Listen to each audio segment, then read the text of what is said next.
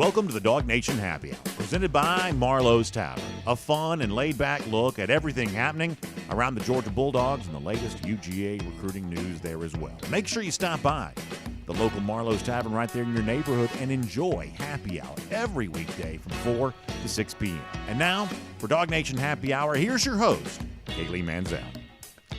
Hello, Dog Nation, and welcome to another very happy episode of the DawgNation Happy Hour. As always, I am your self-acclaimed happy hour expert, Kaylee Mansell, and today I am joined by two very special guests. On the one hand, I have the vice president of the Happy Hour Experts Club, Connor Riley, and the newest member of the Happy Hour Experts Club, it is intern Jeff Sentell. When Jeff can order the same 2 drinks in one night, then he can become a full-time member of our club. Guys, I'm so excited to have you on. As you know, we always open up with a question, and I feel like this question fits our group that we have here so well. I know we're all very versed in music, so I wanted to give it to you guys. We're going to start with Jeff right here. What is a song that just screams happy hour to you? Pretty easy. I got to go anything Bob Marley. I got to, Buffalo Soldier, anything Bob Marley. I mean, I'm not so much a yacht rock guy as I like steel drums, the Caribbean. So anything about Marley can really make it. I guess I'd start with No Woman, No Cry. That would be a pretty good place to start. All right, Connor. Wasting away again in Margaritaville. Perfect timing. Looking for my lost shaker of salt. Salt! Salt! Salt! See, that's the kind of content that you only get here on the DawgNation Happy Hour. Now, I have to admit, I do have somewhat of an advantage over you both because I have time to actually sit there and think about it as I'm coming up with these questions. And I'm so mad because Jeff took my answer. Because when I was thinking about this, I thought to myself, okay, I have to sort of role play this out. So I really wanted to channel my inner Brandon Adams. I thought, okay, it's my 18th cruise of the year. I'm sitting at Perfect Day, Coco K for happy hour, like what's playing in the background. And I kept hearing 2 songs, and one of them, I'm glad I thought of 2 because Jeff took one of mine. I was definitely thinking like a Could You Be Loved by Bob Marley. I kept hearing that, or maybe like Santeria by Sublime. Those were the 2 that I kept hearing as I'm sitting there, with my bald spot listening to some good music at Coco K. So sorry, Brandon, I know you're probably going to hear that, but I had to channel my inner you. But this is happy hour. So essentially, it's my show. We can talk about whatever we want to talk about. And so before we talk football, I do want to continue on the topic of music and ask y'all's opinion on this. Guns N' Roses is playing on Sunday for Music Midtown. Do we have any thoughts on this? I mean, there's probably like 4 or 5 other acts I'd rather see. Really? And Guns N' Roses. I mean, they're washed, first of all. If this were, the mid 90s, sure, I'd be interested in seeing them. But, they've got 3 songs. They're going to play all 3 of them, and then they'll go from there. Jeff? So first of all, I don't think I really liked Guns N' Roses when that was in that genre when I was going to Music Midtown. Going to agree with Connor there. I'm still waffling over the bald spot comment because that thing probably needs to live in DawgNation lore. Good thing Brandon's probably not watching this show. He's probably planning his next Royal Caribbean cruise right now. But I wouldn't go Guns N' Roses. I wasn't even at Guns N' Roses. Like I wasn't a really 80s, 90s hair. Wasn't my jam. I was more in 90s hip hop. That was my jam. Am I the only one who seems to think this is like a massive deal? I mean, they're in Atlanta. I don't know when the last time Guns N' Roses played together, but like even my father, who probably couldn't even tell you what Music Midtown is going on Sunday so he can see Guns N' Roses. And I think that I might be a little bit more excited than him. So I have to say I'm pretty disappointed with both of those answers. I kind of was hoping for a little bit more out of that. If you want someone with real talent, Billie Eilish is performing on Saturday night. I'd much rather go see her. However, I will be at the Georgia-South Carolina game instead and unable to attend, a true master of the art performing on Saturday night. Yeah, but Billie Eilish plays a lot of festivals. I feel like she's somebody that you could go see just about anywhere now. I mean, I don't know where else you could go see. I get Guns N' Roses is old. They're washed up, whatever. But when are you ever going to have the opportunity to see them play a concert that's so close to where we are? I mean, Metallica, if you want to see a better version of Guns N' Roses, Metallica is on tour, going on tour shortly here, and I've actually seen them, and they're a much better show with a much better catalog. Again, like if you want to hear Guns N' Roses, just throw on Guitar Hero 3 and like you get Welcome to the Jungle there. Guitar Hero 2 has Sweet Child O' Mine, and then I'm sure you can just hop on Spotify, hit Paradise City, and you've got the 3 Guns N' Roses songs you need. Okay. Connor, I think you have a scandalous opinion about Every Rose Has Its Thorn. I bet you do, right? I mean, it's a good song. There are a few good songs, but they've got 3 iconic songs, and that's really pretty much it. And really 2. And one of them is really only iconic because of the 2008 movie Step Brothers, in which Adam Scott did an a cappella version, which is just still maybe the best version of that song.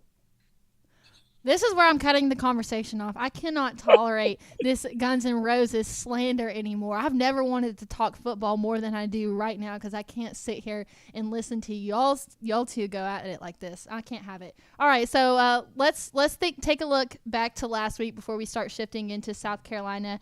Personally, I think everybody can agree that we played so much better across the board. We looked way more complete. There's still a lot of things that we have to work on going forward, but it was only week 2. There's so much to be hopeful for. I was never really worried about facing South Carolina this week. If anything, I am more excited because we're getting into conference play, and I feel like the stadium has kind of been lacking that same sense of conference play air. But in y'all's opinion, we'll start with Connor first. I want to know, what was the biggest thing that you saw versus Ball State that made you feel more confident going into not just playing South Carolina, but the rest of the season as a whole? I mean, it's the picture on the screen right there. Malachi Starks and Tyke Smith continue to be difference makers for this Georgia defense in the back end there. And if they're going to continue to create turnovers like they both did on Saturday, I think that's the key to this defense. We'll see what the pass rush looks like against South Carolina. No sacks, but Ball State and UT Martin have tried getting the ball out quickly against this Georgia defense. Opponents so far against Georgia averaging 3.9 yards per pass attempt. That's second best in the country. South Carolina is going to try and take some deep shots, but that's also going to potentially expose their offensive line. So I think with what we've seen from the secondary so far, even with Javon Bullard pretty much missing that entire game, if Georgia's going to get 15 games of this play from Tyke Smith and Malachi Starks like they did on Saturday, it's going to be very difficult to beat them. Mm-hmm. And Jeff, what about you?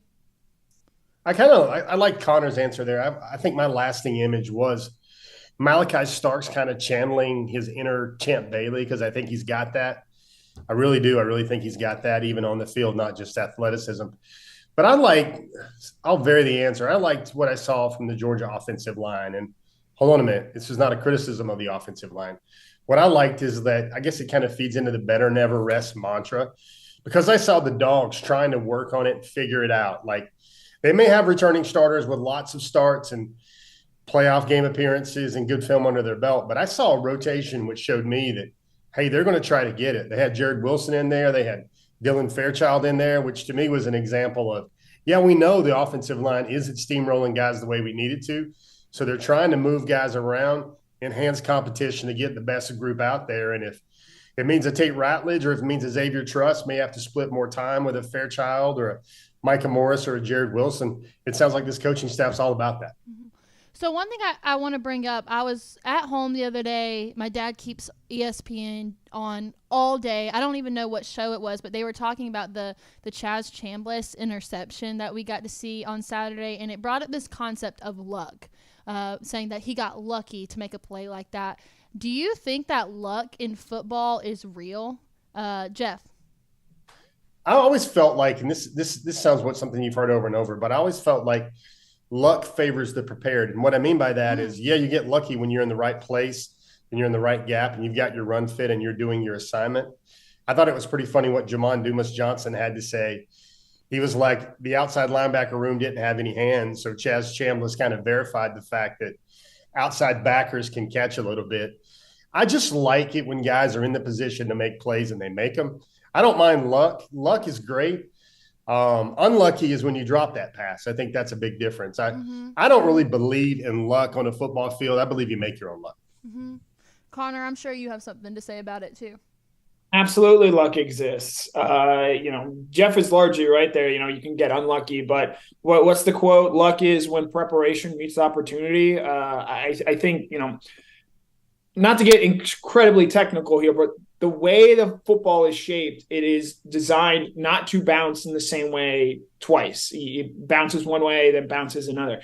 That's the literal definition of luck. Now, you can go out and create your own bounces of the football, but I mean, to ignore, the lucky breaks that Georgia has gotten in the last 2 seasons with their national championship wins, I think would be ignorant. You can look back. 2021, Georgia got lucky that it didn't have to face a fully healthy John Mechie and Jamison Williams in that national championship game.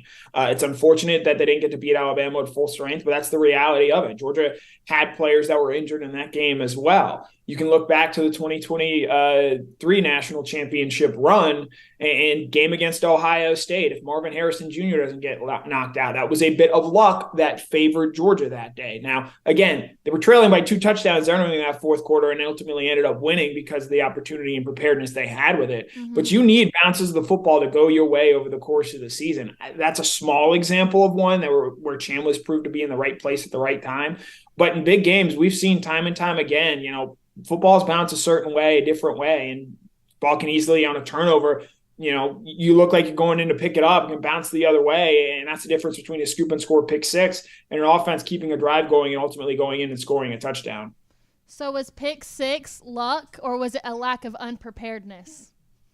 I think it was a little bit of luck. If Bryce Young doesn't overthrow that football, it probably doesn't happen. But Keeley was in the right place at the right time, made a leap, and then got a great convoy of blockers there to the end zone. It was a confluation of 2 different things there. If Bryce Young throws elsewhere on that third down, we don't have that pick six there. But that's sort of what happened, and Keeley happened to be in the right place at the right time. Kaylee, that pick six was all about Mechie and Jamison Williams being injured. We know that. That's how it all happened. That's the way that made all that happen. That was the perfect story. Based on what we saw in the SEC championship game, Keely Ringo had a real tough time covering Jamison Williams there. I will point that out. Well, you said, Jeff, that you think that you can get unlucky. Maybe Alabama just got unlucky that year with both of their wide receivers being injured and out. I still don't think that changes the outcome of the game. But one thing that Brandon talked about on DawgNation Daily yesterday that I thought was really interesting, I couldn't believe I hadn't seen the clip until it happened. I hate to bring up the fact that they said that Tyler Simmons was offsides, but I thought it was very interesting that Shane Beamer acknowledged that, was willing to put that out there, because I think that all of us have a different perspective on whether Beamer and Kirby have personal issues or if they don't, but he acknowledged the fact that, it was the ref's fault and that wasn't the call that was supposed to be made. Do you think that, that is him trying to maybe bridge the gap between him and the Kirby drama? I kind of liked how the question was asked. Everybody, the only thing people saw was the clip. Connor, I don't know if you saw it or not, but it was kind of very open-ended. They gave him a question that says, what's your favorite or most powerful memory of being a special teams coordinator for Georgia? Something to that extent. I'm paraphrasing a little bit. And he went in that direction. I thought he probably gave one that I think every Georgia beat writer was like, whoo, let me hit those keys. Right. Because that's a big story. But then I thought Kirby was typically Kirby, throwing cold water on that as quickly as he could, pointing out the fact that the play wouldn't have happened anyway because there was a dead ball foul on Alabama to begin with. And if that wouldn't have happened, something else would happen. And isn't that just perfectly Kirby, how he would just be like, doesn't matter, move past, move forward.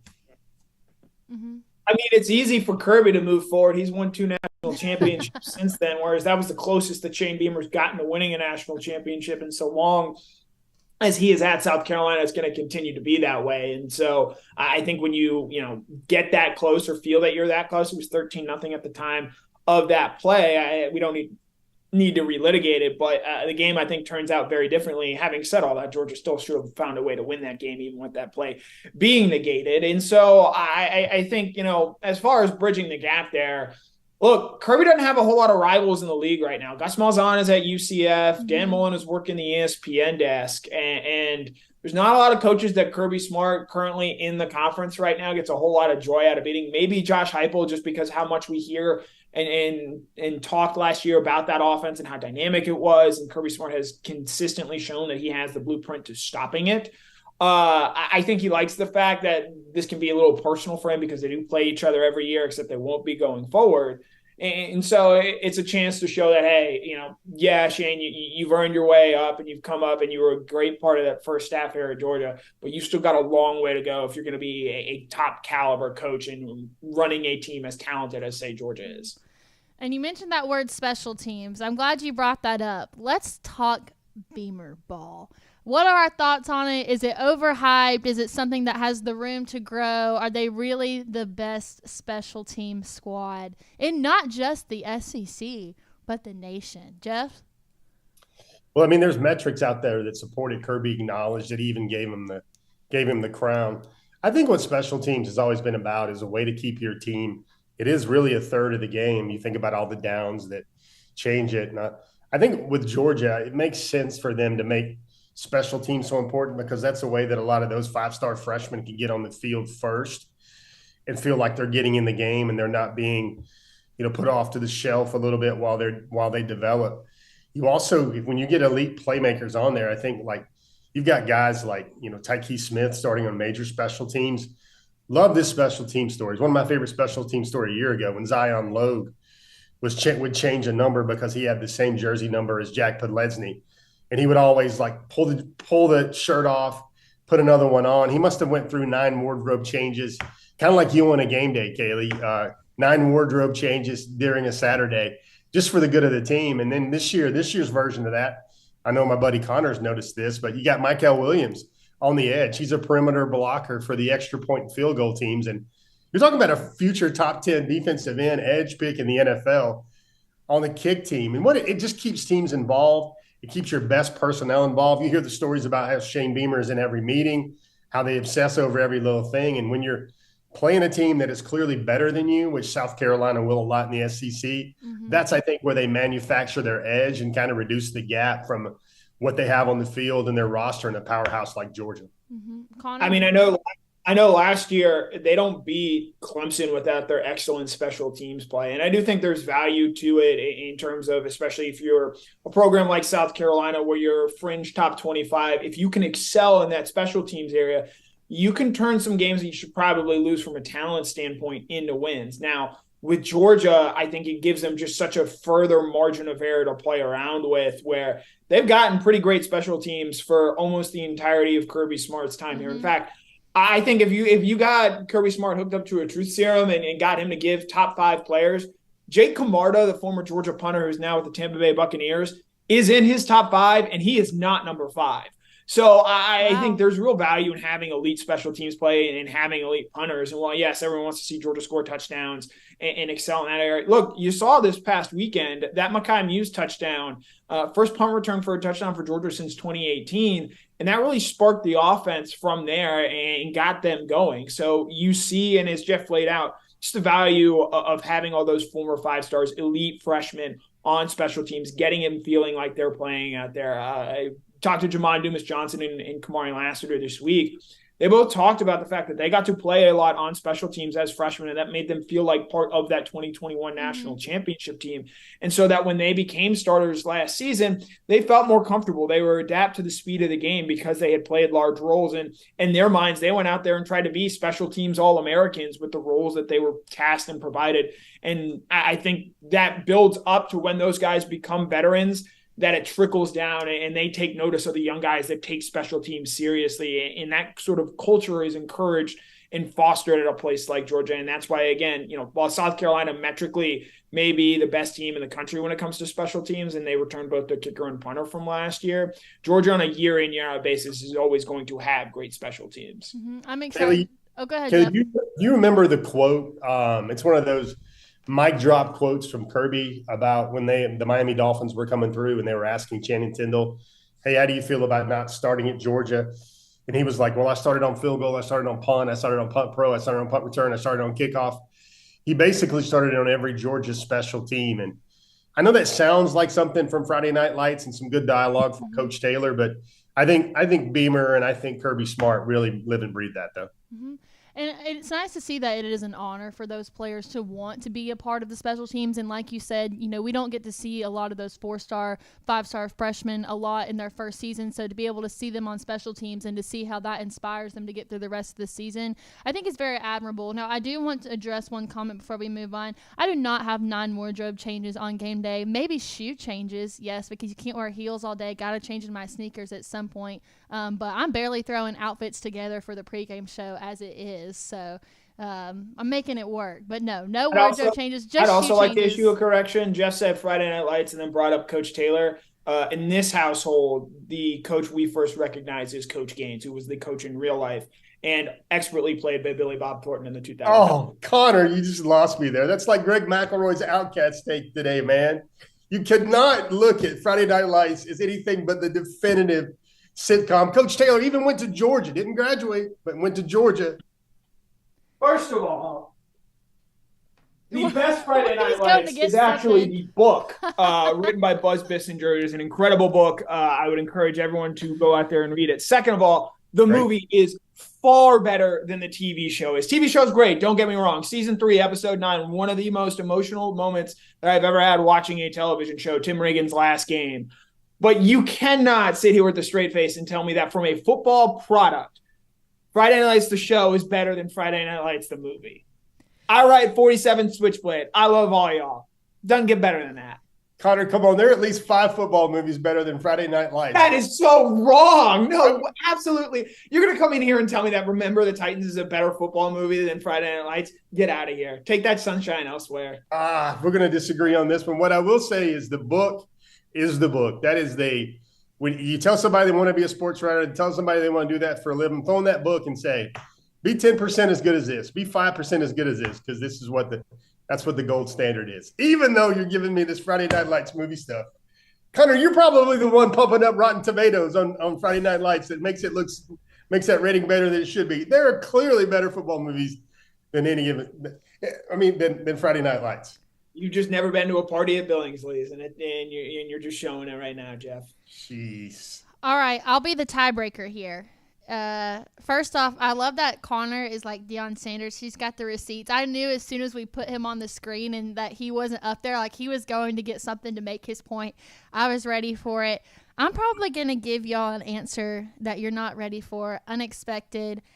I agree with Connor. I agree with him about some things more than others. I love Remember the Titans. That's probably my favorite football movie of all time, just because growing up everybody said I was like his daughter and I resonated with that.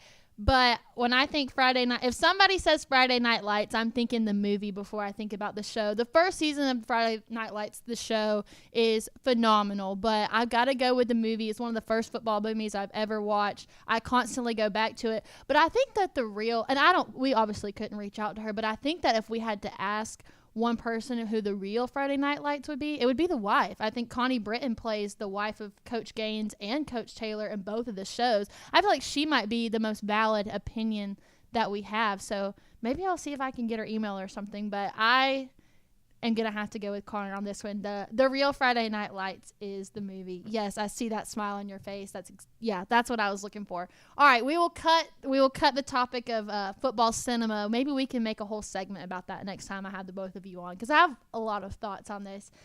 But let's shift back to South Carolina. Let's talk about Spencer Rattler. I definitely think that Spencer Rattler has come a long way from last year. He ended the last half of the season pretty well, but he did not play well against Georgia, and I think that's because we put so much pressure on him as a quarterback, and I just think under pressures his stats aren't nearly as good. But I do want to kind of talk about him in a positive light a little bit. Connor, what is the biggest improvements that you've seen from Spencer Rattler so far? And then what can we expect from him in Saturday's game? Yeah, I think Spencer Rattler has been a different quarterback since that Tennessee game last year. Obviously went off, scored 63 points against Tennessee last season, and then obviously leads them to a win over Clemson the following week. I think he's finally playing with the confidence that, he'd always sort of been talked up as, but, he's played enough football now when you consider his time at Oklahoma. He was the starter there for a year and a half. And now second year and a half here at South Carolina. He's just played a lot of football, and the reps that come with that, not too dissimilar with what we saw from Stetson Bennett in his time at Georgia. There's a certain point where you just play enough football and have enough reps, especially at the quarterback position, where the game just sort of starts to slow down and it feels easier. I went back and watched that South Carolina-North Carolina game. I know South Carolina lost there, and you might see they only scored 17 points. I was really impressed with the way Rattler played in that game. He got sacked 9 times, and that was almost a byproduct of the fact that they were down for most of the second half and that South Carolina's offensive line was really poor. That number should have been 15. And I think Spencer Rattler, Xavier Leggett has gotten off to a really strong start this season for them. They've got a very potent, deep passing offense, and that's sort of the risk you take. You open yourself up to more sacks if you're willing to try and go and hit those deep shots down the field. And so I think going into Saturday, look, Kirby Smart has said as much, that you're going to see South Carolina take and probably hit some shots on the Georgia secondary. And it's going to be up to guys like Kamari Lassiter, Dalen Everett, Malachi Starks, Tyke Smith to hold up in coverage, because they're going to be tested on Saturday in a way they haven't so far this season. I expect them to play well. I would expect them to at least come away with 1 turnover, maybe 2, just like that happened last season against South Carolina. But this is a South Carolina passing offense that they haven't really been able to run the ball that well. And so I think that's forced them to lean on it even more. But with what I've seen so far from Spencer Rattler, I've been impressed with the strides that he's made. This is not the same quarterback that Georgia faced a season ago in Columbia. Mm-hmm. Jeff? You got a 2019 signee, Connor. What do Dylan Raiola and Spencer Rattler have in common? Did they not both briefly attend the same high school in Arizona? There are 2 acceptable answers here. One of them was they were the number 1 overall prospect in the country. And 2, I think Dylan Marlow had about 6 cups of coffee with Pinnacle High School in Phoenix, Arizona. You got to remember, he's about one more. Now, all Connor said, I'll probably rubber stamp most of what Connor said there. Still seething about the Tim Riggins blasphemy, Texas Forever going on there. We might have to take some receipts on that one, Connor, and think about some football movies. But he's been around since 2019. He was the number 1 quarterback in the country. I think he needs to play. Like probably one of the 3 best players on the field on Saturday. Not saying he is one of the 3 best players on the field. He needs to play like it on Saturday for South Carolina to keep this within, I think, 2 scores and really make this a game. When you get a quarterback that's been there and done that and faced all this for a while, I think you learn from it. I think he learned from like the pressure that he got from Gene Chizik in North Carolina. I didn't watch as much as that game. I certainly didn't go back and review it this week like Connor did. But like I was curious how he's going to deal with just reading and how you get him off his spot. I always thought that Spencer Rattler, even going back to his high school days, he was a quarterback that was more comfortable just getting out and moving, not really going through his progressions. And I think Georgia's going to make him do that a lot. I don't think they'll have a run game to deal with that too. And Spencer, I guess he does have an extra year where he can get a Stetson Bennett type thing going there if he wanted to at South Carolina. And I think he's an entertaining player. He's got the big arm. The biggest thing I've seen from him since his high school days is he's really matured a lot. And I think life has caused him to mature. Number 1, the whole experience at Oklahoma first year, and then the Caleb Williams experience where he has to go to South Carolina. He plays SEC ball, and now he's kind of the central figure of a program for a couple of years now. I think Spencer Rattler's a good football player. He was rated number 1 in the country, and I think he's a top 10 guy for a reason. But I think them dogs are going to be after him on Saturday. Let me make something really clear here first, because I feel like maybe this got lost in translation. There was no Tim Riggins slander on my end. Slander is what Jeff and Connor did to Guns N' Roses. Tim Riggins is one of the top 5 fictional football characters ever, but when I had to point that out. When I think Friday Night Lights, I think the movie, not the TV show. I needed to make that really clear. But I do want to ask you guys on the concept of Spencer Rattler. What is the ceiling and the floor for where Rattler goes in the draft potentially?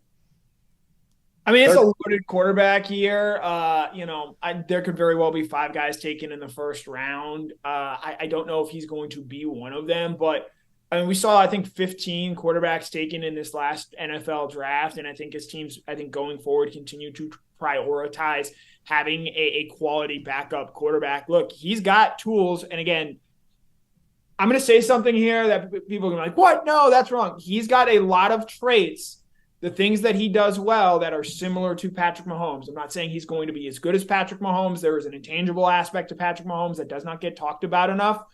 But from a physical skill set and the way that he plays, there are Mahomes-like aspects with his arm strength and with his ability to scramble and extend plays. He's not looking to run the football when he does it, but he's a very functional athlete that can keep plays alive and keep his eyes downfield to connect on sort of broken plays. And so I think that is going to be attractive to a team. He's certainly, I think, a draft-worthy quarterback. And if he continues to play like he has to start this season, it wouldn't surprise me if he's a mid-third round, early fourth round pick there, where if he goes to the right situation, he's a guy that maybe, he sits behind a veteran starter or a one-year stopgap starter with the potential to go out there and ultimately win a job one day. Yeah, you got to remember, Andy Dalton and Sam Darnold are still operating very employed quarterbacks in the NFL. Yeah. Spencer, to me, and I'm gonna use kind of a gradient here of Will Levis a little bit at Kentucky. See, everybody thought he was a first rounder, which was a faux first rounder. You believe he goes in the second rounder. I think Spencer, he's not going to be 6'3", 6'4" on the growth chart.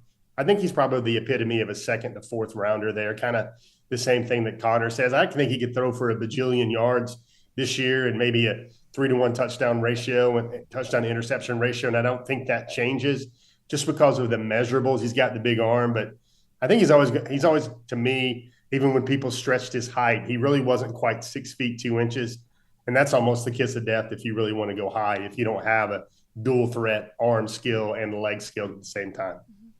I think a common thing that we've seen here over the last 2 weeks, and obviously in college football, when you're back-to-back national champions, you're not going to be able to make the entire fan base happy or satisfied. I definitely think that the fan base was a lot more satisfied with the performance of last week, but that leads into my next question is, would a one touchdown win over South Carolina be enough to satisfy the fan base, or how many points do y'all think that they need to win by in order for the fan base to feel confident going into the rest of the season?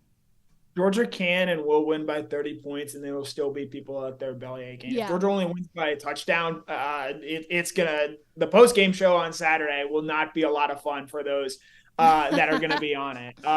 Look, Georgia's a 27.5 point favorite entering this game. I think that they're going to win comfortably based on what they have said this week and based on the fact that I know that, they're not going to come out and say this, but I think they've been very vanilla these first couple of weeks. I think they're ready to go out there and show what this team can do when it is fully functional. And I think they're excited to do that against a rival in South Carolina on Saturday. So I think they're going to win comfortably. And there will still be things to nitpick and say we could do this better. Mm-hmm. Jeff? Kaylee, you're preaching up some very bad juju right there. Because if there's any way that game is a touchdown or 14 points, my man Connor's going to have to write 9 stories that night on deadline. Because here's the only way this works. This is what Georgia fans would say. And I agree with Connor about expectations. They're through the roof considering where this program is at truly in the golden era. Georgia could get up 31-0 in the first quarter, and then they could play 2 and 3 quarterback the rest of the game. And if Georgia still doesn't win by 30, that's going to be a problem. I think a lot of people point to this game as, okay, time to roll up your sleeves, time to play some SEC ball. And if South Carolina is in this game in the second half, in the third quarter, that's a red flag because you got to remember – and I don't get this, Connor, because I remember years when we knew Alabama was Alabama, and they started out with literal sheep at the beginning of their season. Everybody's like, nah, we know Bama's got it in the tank. Bama is Bama. We're not watching who they're playing. And yet Georgia, where they're at in college football right now, is really the only standard bearer for the SEC. With 0-5 record last week, this is what you're hearing. SEC is down. SEC won't get 2 teams in the playoff. Georgia has to get more of those style point wins where they show people that they really are still Georgia. They really are the team everybody expects them to be. And so they're going to talk about the schedule, and they're going to play that haven't played nobody Paul card over and over. And so Georgia's got to win a lot of these games convincingly, kind of like the Russell Crowe character in Gladiator, where they could win 35-14 on Saturday, and folks will be a little annoyed. They will be annoyed with a 21-point win, besides those sports wagering and entertainment enthusiasts. All right, I got a few things I have to say here before we start to wrap it up. One of the themes of this call has been slander, and I absolutely slandered Brandon Adams for consistent weeks about his pick of Texas going to the playoffs. I did apologize to him already. I know it's all in good fun, but Brandon's a good friend of mine. And so I wanted the audience to know that I did apologize to Brandon for all the slander that happened last week. But I also want to tell you guys a story from the Alabama-Texas game that happened. So at halftime, I decided, the Braves are playing. Okay, I'm going to pause, and I'm going to go watch the Braves. And so watch the Braves for a little bit, come back. Maybe 20 minutes later, I'm like, dang, they're still doing this halftime show? Like, these new clock rules are ridiculous. This halftime show's had to have been going on for like 45 minutes now. So a weird play and a weird call happened in the third quarter, and I texted my father, and I was like, no, that's ridiculous. The quarterback never had possession of the ball. And he said, Kaylee, what are you talking about? And I was like, the play that just happened. Yeah, so whenever I went to watch the Braves game, it paused the halftime show. So I was actually almost 40 minutes behind what was really going on. I'm so glad that I keep my ESPN notifications turned off during major games like that because I don't want to know what's happening. I want to be able to see it on the screen. But yes, I was 45 minutes behind. The game was almost over, and I wasn't even in the fourth quarter yet. Kaylee, you were much like the Alabama offense. They were about 45 minutes behind Texas most of the game as well. It is, and you know what? No, I'm going to hold that receipt for a second. No receipts held. Show us the Carfax. I had a kumbaya apology to make, but I don't know if it's time for that yet. I need to see more sample size of the season to do that. Well, no, we don't hold receipts here. This is the show where we dish everything out just as we would in any normal happy hour. But where I was getting with that point is I do kind of want to end the show on the context around the SEC West. What happens now? We already have an LSU team with one loss. We already have an Alabama team with one loss. Is this maybe a year where we see one of the SEC West teams that's kind of fallen right in the middle or a little bit above it make their way to the ranks and go all the way to the top? Or is it just going to be the same old tale we've been hearing for the last couple of years? No, it's going to be Alabama and Georgia on I think December 3rd in the SEC championship game. A&M gave up 48 points to Miami. I don't know how that happens. DJ Durkin, that's so bad. Not a very good defensive coordinator, should not have that job after what transpired at Maryland.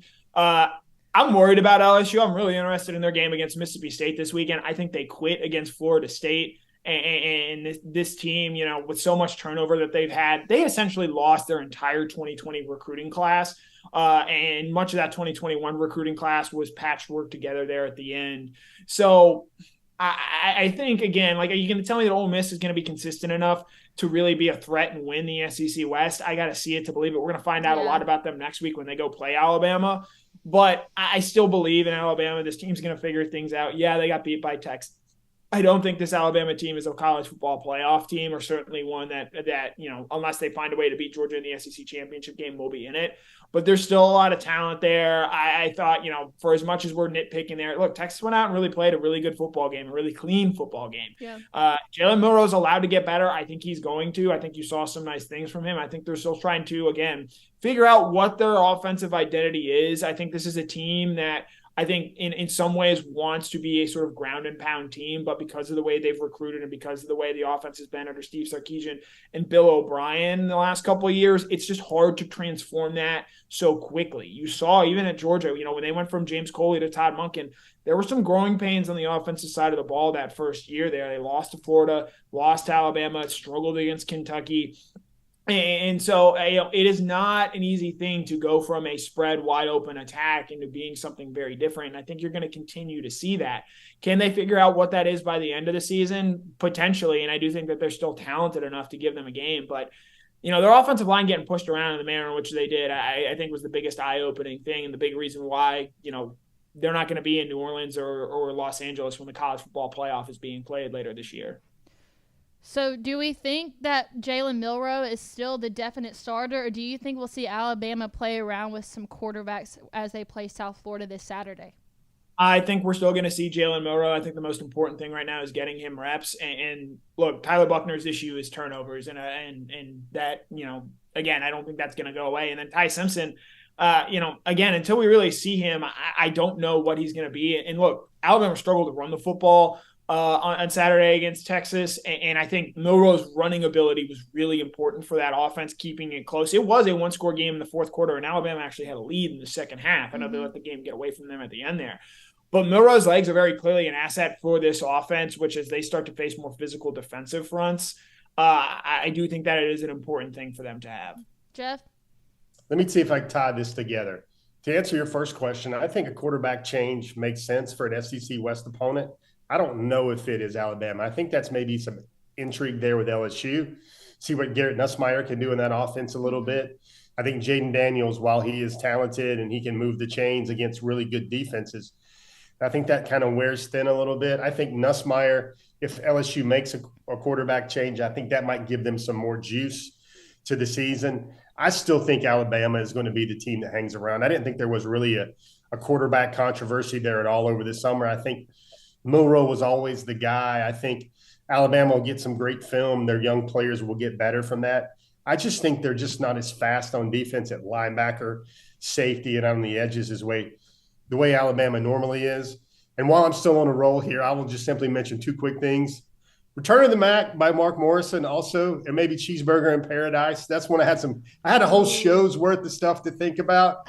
And I will also encourage folks to form their own opinions about Friday Night Lights. Go to Rotten Tomatoes and see mid-90 scores, both critics and reviewers, for the TV show on NBC, whereas the Billy Bob Thornton vehicle is still a mid-80s B grade. So while we're talking to both about great movies, we got a B student here versus an A-plus student here in Friday Night Lights. Jeffrey, would you like me to sit with you and watch season 2 of Friday Night Lights when acclaimed actor Jesse Plemons simply kills someone and then it just is never addressed again? Hey, there was a writer's strike that week or something like that. There had to be. What about the Michael? Nobody talks about Michael Jordan. Killmonger is the quarterback in the Friday Night Lights series. When Coach Taylor moves to the crosstown rival, how is that not a small slice of Americana football? I'm going to leave you with this. Give me a line in the Friday Night Lights movie that is better than Texas Forever, sipping on a cold one at happy hour. Clear eyes, full heart, can't lose. Exactly. I mean, everybody knows that. But why? Difference between winning and losing ain't all that different. Just how the outside world treats you. These are all from the NBC series. It's not. Clear eyes, full heart, can't lose is from real life, Jeff. Made famous by Coach Taylor, not Billy Bob. Billy Bob says it. Not the way Eric Taylor does. You want to win? Put Booby in. He can knock you out in a pair of flip-flops. Yeah, well, when I'm doing it, I'm going to do it in black Nikes. My thing is how is Jeff going to tell everyone to go formulate their own opinion, but then tell them to go look at Rotten Tomatoes? Like, wouldn't formulating your own opinion being based on you watch the both of them and you decide for yourself instead of looking at the opinions of others? That was just a little bit confusing to me, Jeff. You also should do great research and see that the popular be careful about doing research. The popular opinion here, if we had to look at the Americana in general, they are universally recognizing Friday Night Lights as the superior franchise.